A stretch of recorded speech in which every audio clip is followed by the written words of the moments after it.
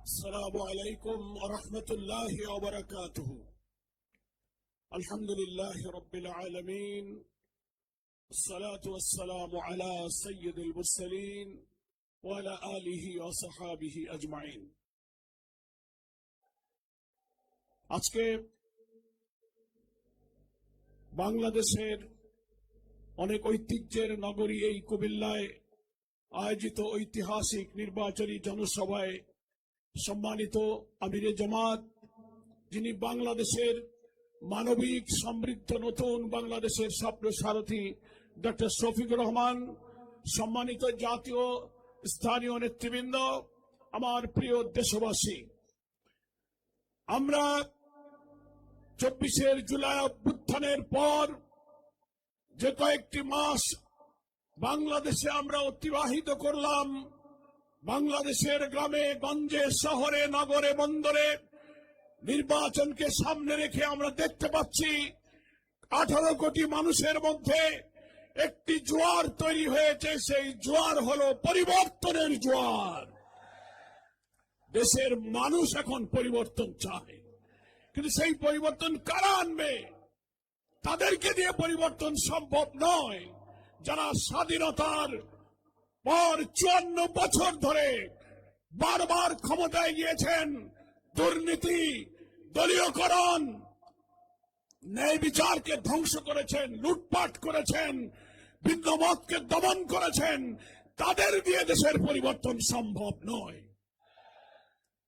সেই কারণে বাংলাদেশ জামাত ইসলামী সহ 6টি ইসলামী দল জুলাই চেতনার শানিত জুলাই যোদ্ধাদের নেতৃত্বে এনসিপি, বীর মুক্তিযোদ্ধা ডক্টর কর্নেল আলী আহমদ বীর বিক্রমের নেতৃত্বে এলডিপি সহ দেশপ্রেমিক কয়েকটি দল 11 দলীয় ঐক্যের মধ্য দিয়ে আমরা নির্বাচনে যাচ্ছি। এই 11 দলীয় নির্বাচনী ঐক্যে যেমন ইসলামী চেতনা, জুলাইয়ের চেতনা, তেমনি মুক্তিযুদ্ধের চেতনাকে আমরা ধারণ করেছি। এই চেতনাকে ধারণ করে আমরা আগামী দিনে সমৃদ্ধ বাংলাদেশ গড়তে চাই।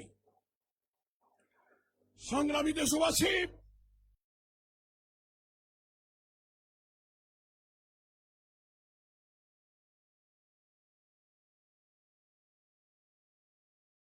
দুঃখী বঞ্চিত নিরন্ন মানুষের হাহাকার দূর করার জন্য একটি নতুন বাংলাদেশ আমরা নির্মাণ করব।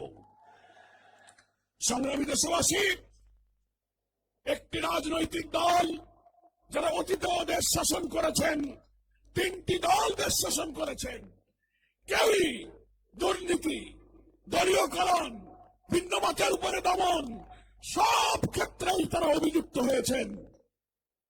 সততা, চরিত্র, নৈতিকতার পরীক্ষায় কেউ উত্তীর্ণ হতে পারে নাই। এখন একটি বন্ধু দলের লোকেরা এসে বলছেন, আমাদেরকে অমুক মার্কায় ভোট দিলে দেশের কল্যাণ আমরা করব। আমরা নির্বাচনের আগেই 5 আগস্টের পরই দেখতে পাচ্ছি যারা চাঁদাবাজি, মস্তানি, হত্যাকাণ্ডে নেতৃত্ব দিয়েছে, কল্যাণের নাম করে যারা জনগণকে হত্যা করছে, রাস্তায় রাস্তায় চাঁদাবাজি, চাঁদা না দিয়ে সেই অপরাধে পাথর দিয়ে মানুষ হত্যা করেছে। আমরা দেখতে পাচ্ছি 2006 সালের 28 অক্টোবরের লগি বৈঠা দিয়ে হত্যা করে লাশের উপর নাচানাচি, চাঁদা না দেওয়ার কারণে পাথর দিয়ে হত্যা করে নাচানাচি। আবার শেরপুরে শ্রীবর্দী উপজেলায় জামাতের নেতা রেজাউল করিমকে হত্যা করে লাঠি দিয়ে তাকে নৃশংসভাবে হত্যা করে নাচানাচি। এই হত্যার মধ্যে ফাঁসিবাদের সাথে একই সুরে হত্যার নৃশংসতা জড়িত রয়েছে। আমার মা বোনদেরকে তারা বেইজ্জতি করতে চায়। বিএনপির এক নেতা সোশ্যাল মিডিয়াতে বক্তব্য দিয়েছে, সবাই দেখেছেন দেশবাসী, যে জামাত ইসলামীর কোন মহিলা যদি দাঁড়িপাল্লার ভোট চাইতে যায় তাদের কাপড় খুলে রাখতে হবে। ক্ষমতায় যাওয়ার আগে যদি মায়েদের কাপড় যারা খুলতে চায়, ক্ষমতায় গেলে তারা দেশকে বিবস্ত্র করে ফেলবে। এদের হাত থেকে দেশকে বাঁচাবার জন্য আমরা আগামী 12 ফেব্রুয়ারি বাংলাদেশের মানুষ 11 দলের সেখানে যে প্রতীকে প্রার্থীরা আছে তাদেরকে নির্বাচনে ভোট দেবে। আমরা দাঁড়িপাল্লার প্রার্থীদের পক্ষে, শাপলা কলিদের পক্ষে, দেয়াল ঘড়ির পক্ষে, রিক্সা মার্কা সহ সমস্ত ঐক্যের পক্ষের প্রতীককে আমরা বিজয়ী করব। সংগ্রামী দেশবাসী, আর 12 তারিখে আমরা গণভোটে হা বলবো। একটি দলের পক্ষ থেকে অনেক নেতারা এখন গণভোটে না বলার জন্য ক্যাম্পেইন করছেন, কি বলেন ঠিক কিনা? কিন্তু আমরা জুলাই সনদে 84টি বিষয়ে সকল রাজনৈতিক দল ঐক্যমত হয়েছি। তার মধ্যে 48টি সাংবিধানিক বিষয়। এই 48টি সাংবিধানিক বিষয় আইনি ভিত্তি দেওয়ার প্রয়োজনে আমরা 12 তারিখে গণভোট দেব। আরো যে ঐক্যমতের বিষয়, সেগুলো আদেশ অধ্যাদেশ জারি করে সেগুলো কার্যকর করা যাবে। সেই আদেশের মধ্যে বাংলাদেশের প্রধানমন্ত্রীর অসীম ক্ষমতাকে নিয়ন্ত্রণ করা হয়েছে। 2 বার 10 বছরের বেশি কোন প্রধানমন্ত্রী ক্ষমতায় থাকতে পারবে না।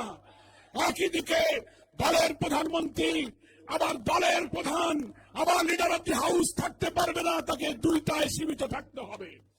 বাংলাদেশের সাংবিধানিক পদগুলোতে ইতিপূর্বে প্রধান বিচারপতি নিয়োগ, anti corruption commission, public service কমিশনের মতো সাংবিধানিক পদে নিয়োগের ক্ষেত্রে প্রধানমন্ত্রী ইচ্ছার বাইরে কখনো নিয়োগ দেওয়া যায়নি। এই সংস্কারে আমরা একমত হয়েছি যে প্রধানমন্ত্রী ইচ্ছায় হবে না, সরকারি দল, বিরোধী দল, প্রয়োজনে জুডিশিয়ারির লোক থাকবে, নিরপেক্ষ নিয়োগের ব্যবস্থা আমরা রেখেছি।